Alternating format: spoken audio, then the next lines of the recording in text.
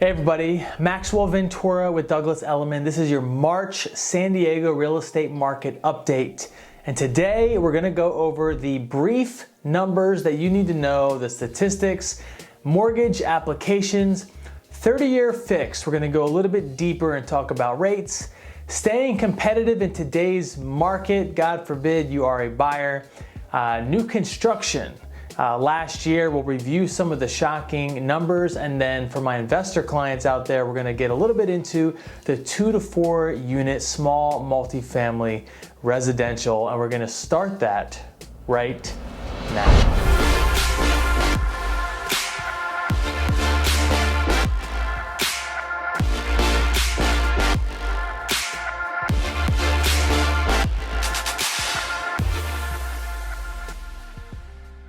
Okay, monthly indicator. So as we go back and look at last month, February, you're gonna see a quote here by Freddie Mac chief economist Sam Cater. While there are multiple temporary factors driving up rates, the underlying economic fundamentals point to rates remaining low in the 3% range for the remainder of the year. Now, one thing that you need to make sure that you check with your lender is affordability. If you have been shopping for, let's say, the last month, 2 or 3, or even more, you definitely want to get back with your lender to make sure that your affordability hasn't been affected, because it most likely has, at least a little bit. Your monthly payment, and then perhaps even what you're qualified for too. So if you are at the top of your range right now as to what you're looking at, as to what you can afford, you need to double check with your lender and make sure that you're still able to afford the same house for the same amount of money with the same payment. Okay, coming down, now this is our bread and butter page right here. This is our total market overview. There's a lot of information on this page. I always like to start right here at month supply of inventory, right? So we come over and we look at, this is this year, we're at 0.8 month supply of inventory compared to last year, 1.9. That is a huge, huge difference. You can see we're very low supply. Again, the typical range for month supply of inventory, a healthy market, is going to be somewhere between 3 and 6 months, give or take. And so 0.8, we're just at historic low numbers. So as we come up here and we look at new listings, you'll see that new listings are actually down by about 20%, as you would expect them to be, right? With the inventory so low, we would expect less new listings coming to market. Now, with even that being said, look at pendings. Pendings are actually up 5.5%. So what this does is it really gives us a good snapshot as to how quickly the market is moving. Even though we have 20% less new listings coming to market, we actually have more homes that are going into escrow. And you'll see that the numbers that we're gonna get into in just a minute will reflect on that. Days on market, percentage of original list price received, right? But first, let's go to median sales price. Look at this, 15% increase year over year. I mean, those are big, we're talking big returns now. And this is all of San Diego County, all types of houses encompassed, detached and attached, right? So our median sales price is $685. Your detached single family homes are gonna be higher than that, up in the 7s. Now, down here to percentage of original list price received, I would advise don't focus on this number so much, but focus on the percentage differences at 3%.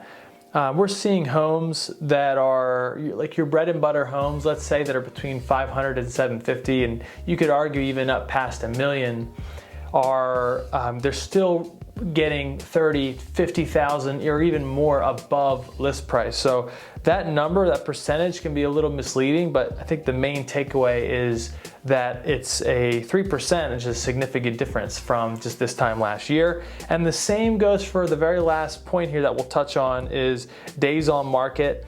Again, 27 days doesn't tell the story. The story is that it's 27% less than this time last year, but really what's happening is, and I've said this before, A home that is more or less turnkey, it just needs to be in decent condition, let's face it.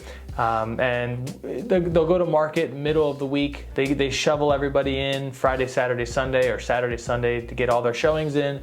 Offers are due by Sunday that night or Monday. They're typically reviewing early into the week and in escrow by midweek. So what really feels normal right now is between 6 and 8 days total on market.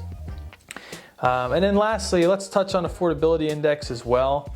So this is the lowest that I've seen in quite some time, and I think the reason for the spike backwards is actually because of the rates that have gone up, which will obviously affect affordability.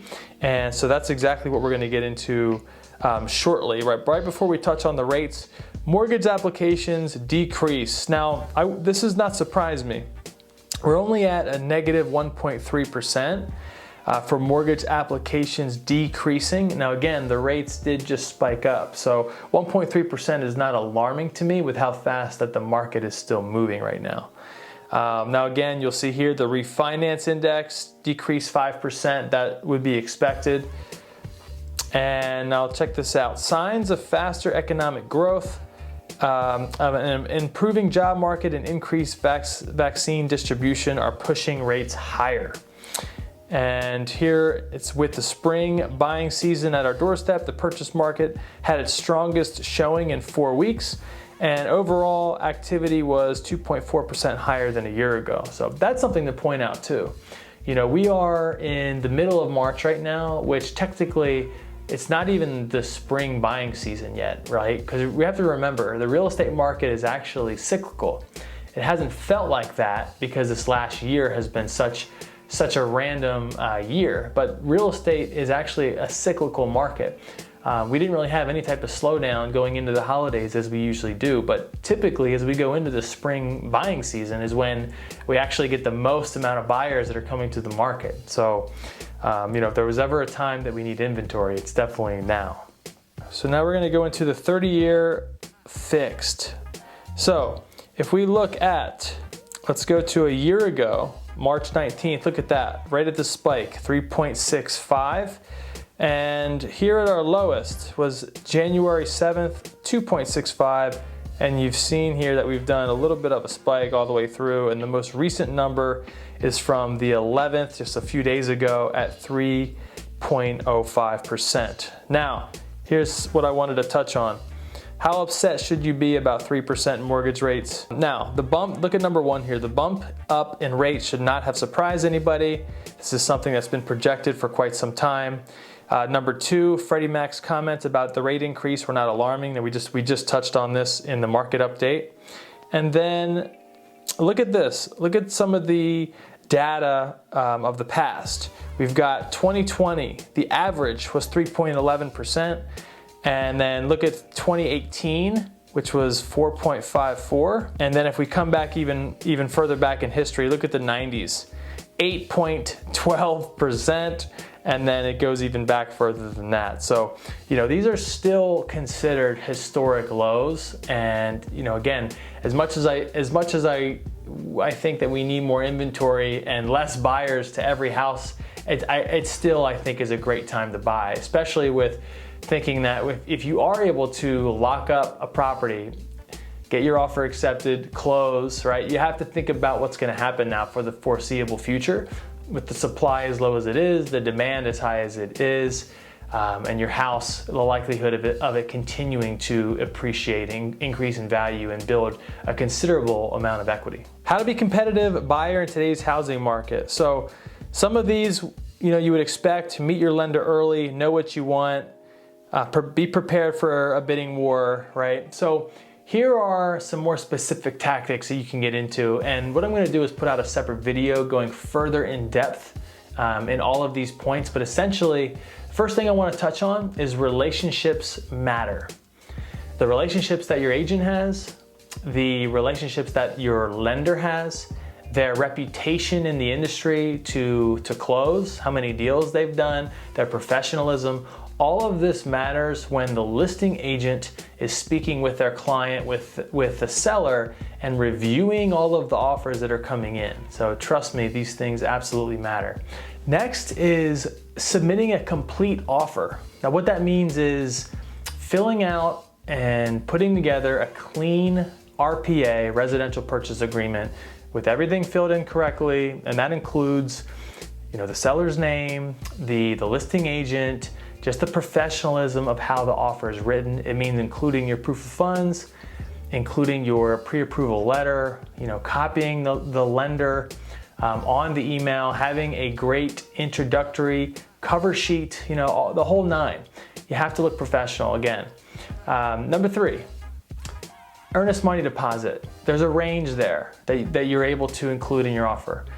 Down payment. Now down payment doesn't always make your offer strong, but it does help. And obviously proof of funds goes a long way too in easing the seller's mind. But earnest money deposit. Also, just another tip, ignore the list price. More and more homes are being listed under what the actual market value is. So you can't just go off of what the home is listed at. You have to look at the comps, and you just have to ask yourself, how willing am I, how much am I willing to let this house go for? Or what am I willing to spend up to a certain point? So don't just go off of what the list price is. Next, accommodate the seller's closing preferences. Do they want to close early? Do they want to close later than the standard 30 days? Do they want to have some sort of a lease back? What other things can you do to go out of your way to show the seller that you really love and want and need their house? Maybe you can pay for their closing costs. That's something that's not typically done. And contingencies. Contingencies. You have to ask yourself, if you're not paying with cash, which most people still are financing, what contingencies can you lower? What contingencies can you remove, right? Inspection, appraisal is a big one right now with all of the overbidding. So this goes a long way in strengthening your offer. And then finally is write a letter. A letter actually goes a long way in conveying your love of the home to the seller. And then lastly here, so I'm in the MLS, and this is, you can see 2 to 4 units, and this 170 over here, this is the number of homes in all of San Diego County that are between 2 and 4 units that are active right now. Very small amount. And then when I put let's put a cap on here. Let's go to 1 million.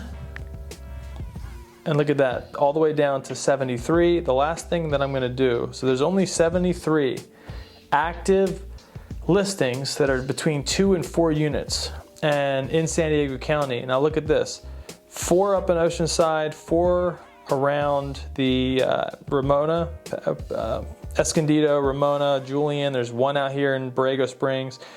5 in El Cajon, Santee. Now the majority are all down in the metro area. You can see how they kind of spread out as I'm getting closer, but 21 here. Now look, this is Logan Heights, Barrio Logan, Sherman Heights, Grant Hill, South Crest, Shelltown. The majority of them are in that area. And then you've got National City and Chula with some sporadically out as you continue to go east. But all in all, very low amount of small multifamilies available, and some of these locations are more favorable for zoning. And so, that plays a big role in the development world as to what can I build, what am I allowed to build, how many units can I put on, what can I convert, what can I do with an ADU, how many ADUs can I build, how high can I go, what's the floor to area ratio, etc. Do I have to do I need to supply parking? Or is it possible that I'll be able to waive that because I'm close to public transit? So the small multifamily space is super hot. So, again, I feel for the buyers out there right now. It is tough, but I always say if you're a buyer, you actually do not want to buy in a buyer's market because the inventory is so high. What's going to happen to your home in the future? If you're a buyer, you actually want to buy in a seller's market. The problem is it's just bloody difficult. So it's very hard to get offers accepted right now. So, there's another ideology that I believe in, and it's you can either overpay now or you can overpay later. And I think that could not be more true in this market. And again, overpaying is really just a perception. So it's just what it takes right now. And you know, San Diego is hot, and it should be hot for the foreseeable future with our exploding economy that we have right now with biotech. So supply and demand really tells the whole story, not just in real estate, but in all markets. Now guys, it's gonna be it for today. And if you need any help buying or selling yourself, feel free to reach out. The number is 619-944-2580. Thanks for watching. Be sure to give me a like and subscribe if you got anything out of this. It helps me put out more content in the future. And I will see you on the next video.